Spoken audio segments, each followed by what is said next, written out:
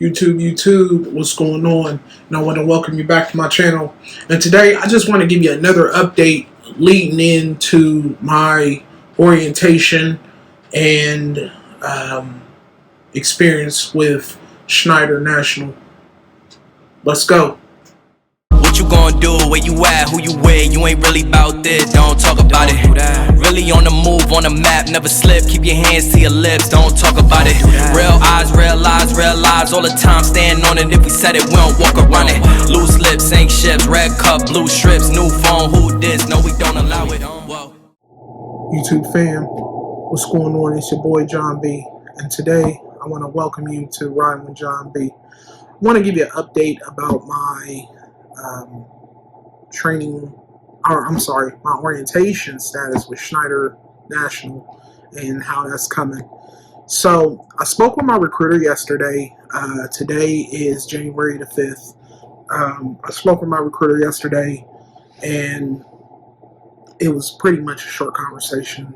She asked me if I had any questions, which I didn't, where we are in the process. So my drug and hair follicle test came back, and they were both negative.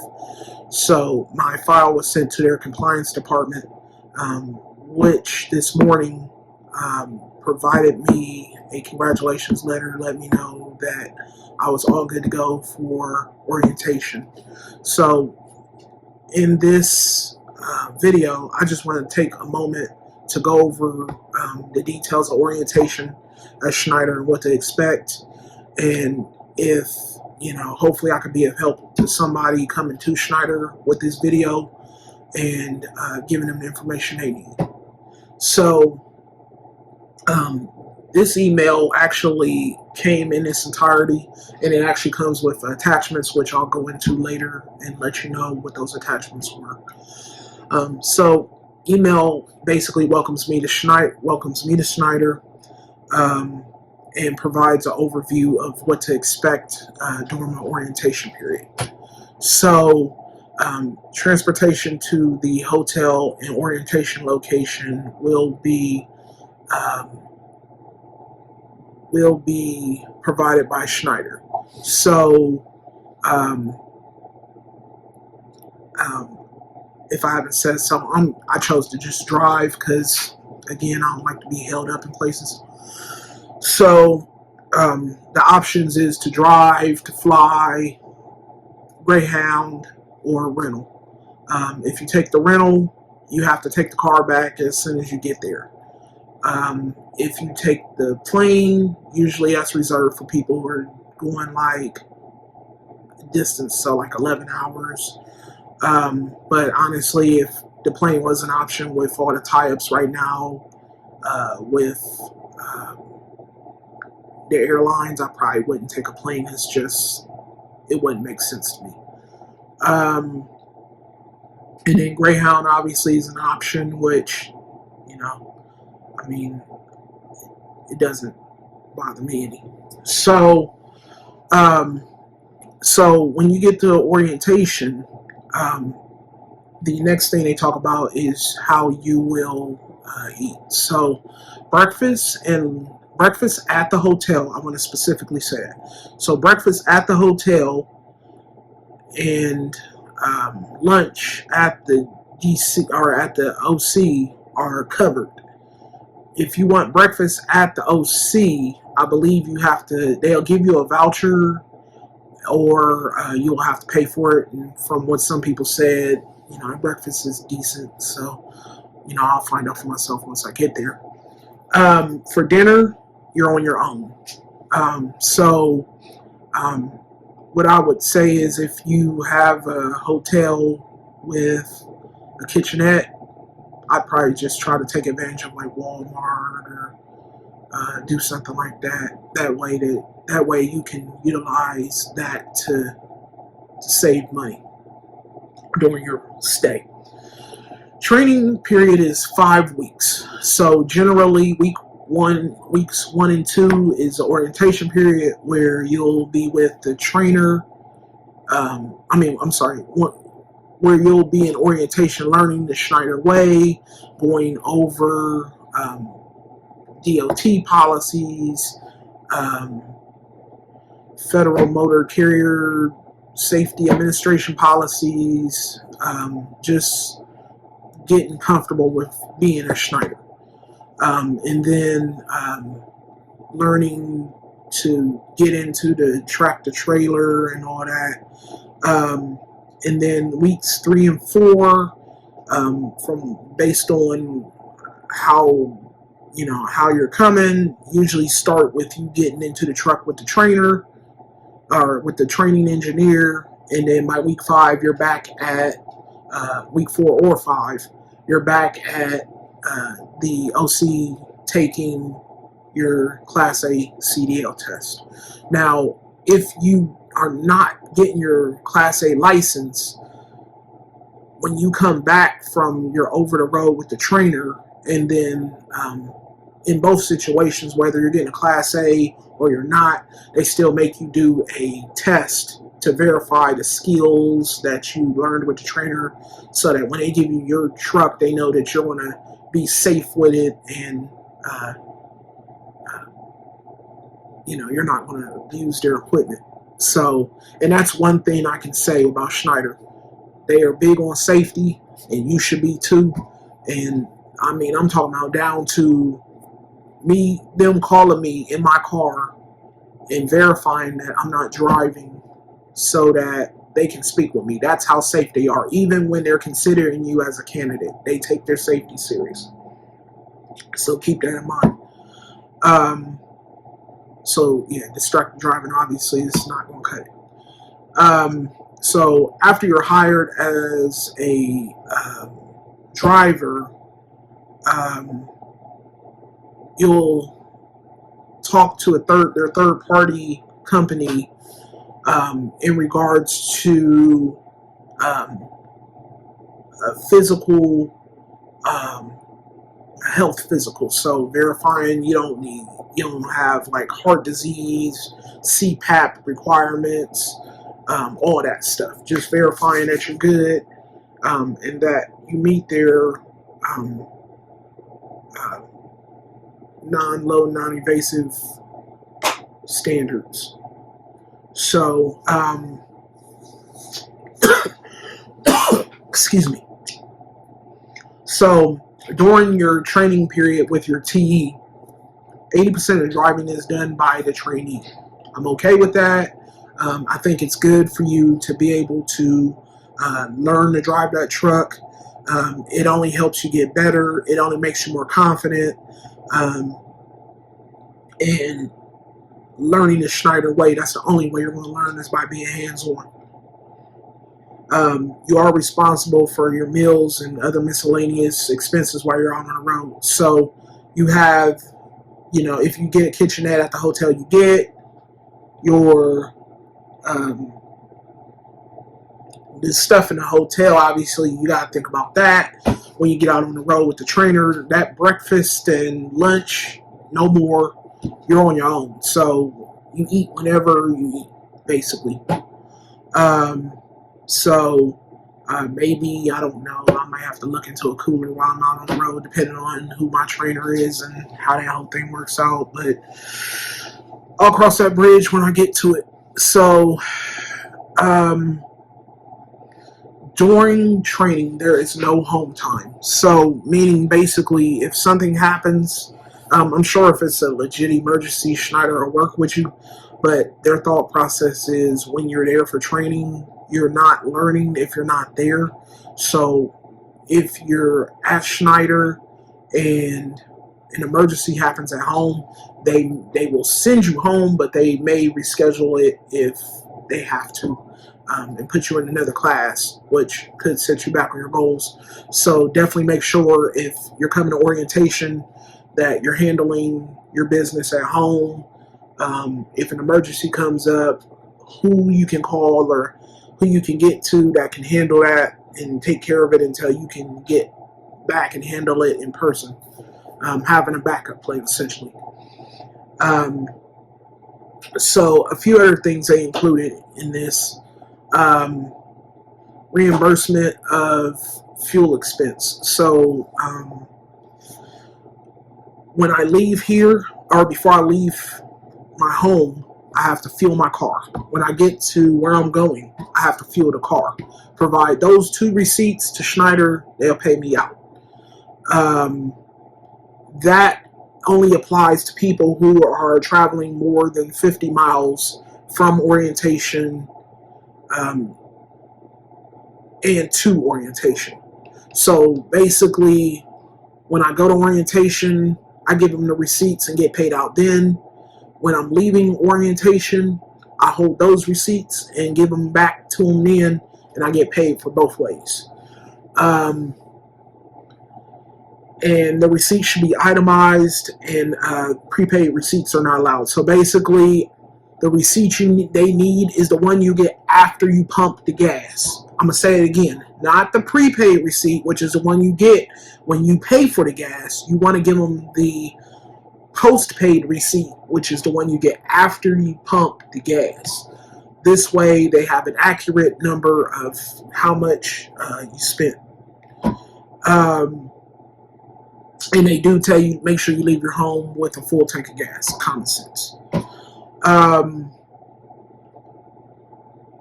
Again, they stress here safety, safety, safety. And they advise you not to drive if you're feeling tired or ill. Because a lot of people do that because they're just trying to get there. And, you know, Schneider doesn't want you compromising your self or your health for that. If you are going to orientation and it exceeds 11 hours of driving time and you have to stay at a hotel prior to getting to orientation, you let your recruiter know that, and they will secure the hotel for you en route. So, you know, obviously, for example, South Carolina to Indianapolis, that's 12 hours. I get halfway, which is like probably, I don't know, Ohio, Tennessee, depending on how you're coming. Stay in a hotel. You make that arrangement with your recruiter prior to you driving, and they'll set up the hotel for you halfway, stay there overnight, and then finish the ride in the morning. That way you don't get fatigued and, you know, kill you or somebody else on the way there.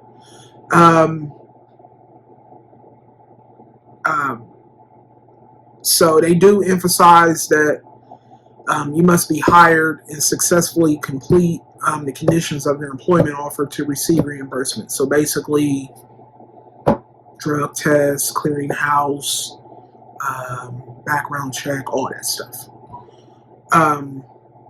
Orientation, the date of orientation information is here as well for me. I'll give you an overview of mine. For safety reasons, I won't tell you what exactly is going on. But they tell you the start date and the start time. They tell you what's going to happen after that start date. So basically, orientation starts on a Monday. You need to be here at this time. After Monday, this is what time you're going to be at orientation every day after until you're done.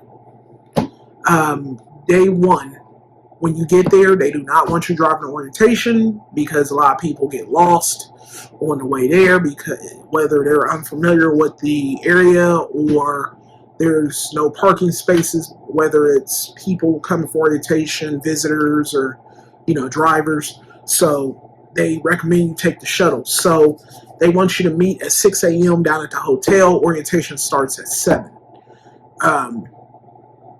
So you meet at the hotel at 6. They ride you over to the OC and drop you off.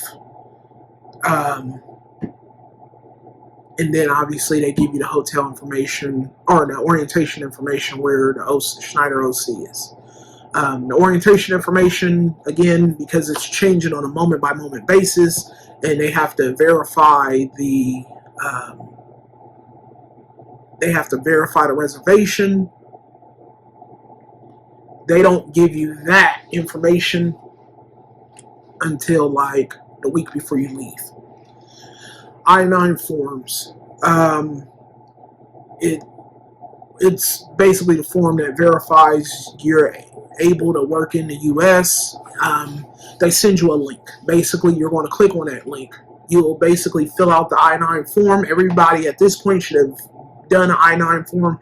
If you haven't, it's a document that shows your verification and who you are to work in the U.S. So you'll fill out that form, and then you'll click send. It'll send the form off to Schneider, give you a printed copy. You'll basically take that printed copy to orientation with you. You probably won't need it, but you'll take it to orientation with you, and then basically you just give them the documents that you said on there that you will provide them, and they will go ahead and put it in. You have 3 days from the day you get to orientation. If you cannot prove your identity, they will send you home. If you don't have your credentials, they will send you home and reset your training date. So make sure that you're double checking, crossing your I's, dotting your T's. The drug and alcohol clearinghouse, this process would have already been done if you're coming to Schneider, because they do it in the beginning. So after they verify your background and your driving record, they send you to clearinghouse. So for me, this is already done, but basically it's just stating that you're giving consent to the employer to access your records.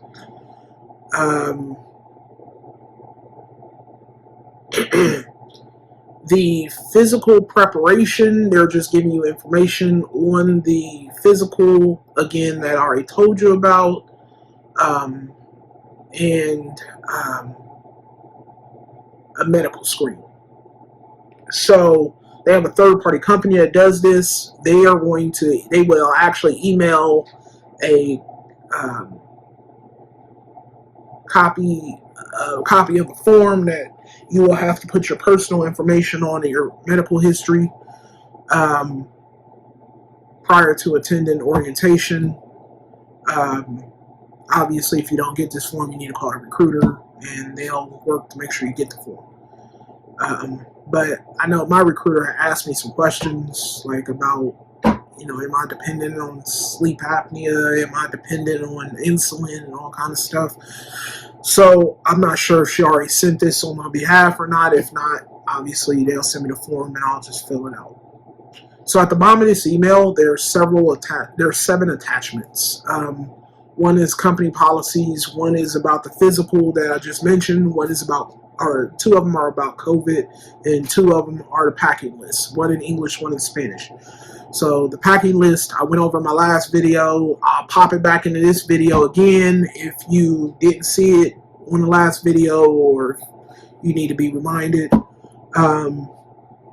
The COVID-19 guides is basically states basically if you knowingly have COVID or have come in contact with somebody who does, you will tell your recruiter before you come here or before you go to training so that you don't get nobody else sick. That's self-explanatory. I don't need to go into details. And then company procedures, which we already went over, about or company policies rather, that we went over, about passengers, pets, cell phone usage, footwear. So I'm not sure if I told you this in another video, but in terms of the footwear, you have to have boots that say slip resistant, oil resistant on the bottom. If them boots don't say slip resistance, oil resistance, you can't wear them. Now, in lieu of this, they have a contract with whoever, a boot company, and at a discounted rate of $50 on the payroll deduction, they will actually give you those boots. And the sizes go up to, I think it was like 17 or something like that. But they give you a pair of boots on your first day. And you're required to wear those anytime you're on the property doing Schneider business at the OC, all that stuff. pets and animals. You can't have any dogs, cats, parrots, animals on their trucks unless you get written authorization from Schneider. So basically, the way it looks here, they're not really down with a pet policy. I'm not taking pets, so we're good. In order to bring a passenger, excuse me, in order to bring a passenger, you would have to have 6 months consecutive safe driving with Schneider. If you are coming in with a Class A CDL and you've had experience in the last 18 months, and the last 12 of those months have been preventable free accidents, and then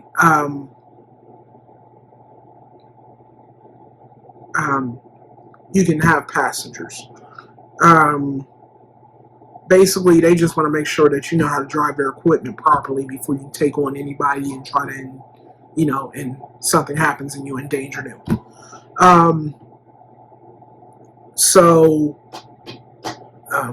10 years old for immediate, 10 years or older for immediate family, 18 years for non-family.